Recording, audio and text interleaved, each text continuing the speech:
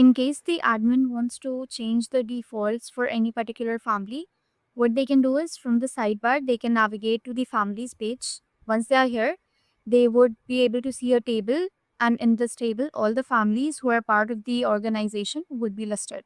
So if the admin wants to update the details of suppose this family, they'll click on the name of the family, then they will be taken to set family defaults page. Now here you can see that the billing plan that the family is currently on is shown. Then they have the tutors and services.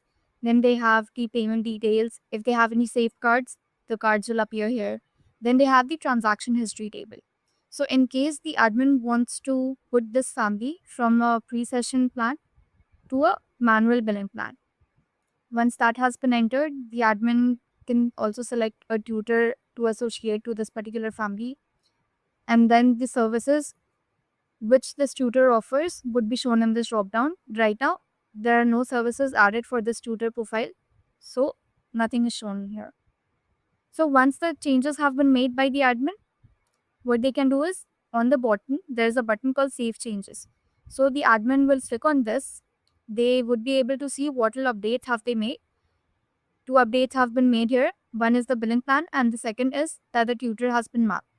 So once the admin has reviewed the details, they'll click on confirm. And now you can see that the family defaults for this particular family has been updated. So this is how the admin can update any of the defaults for any families.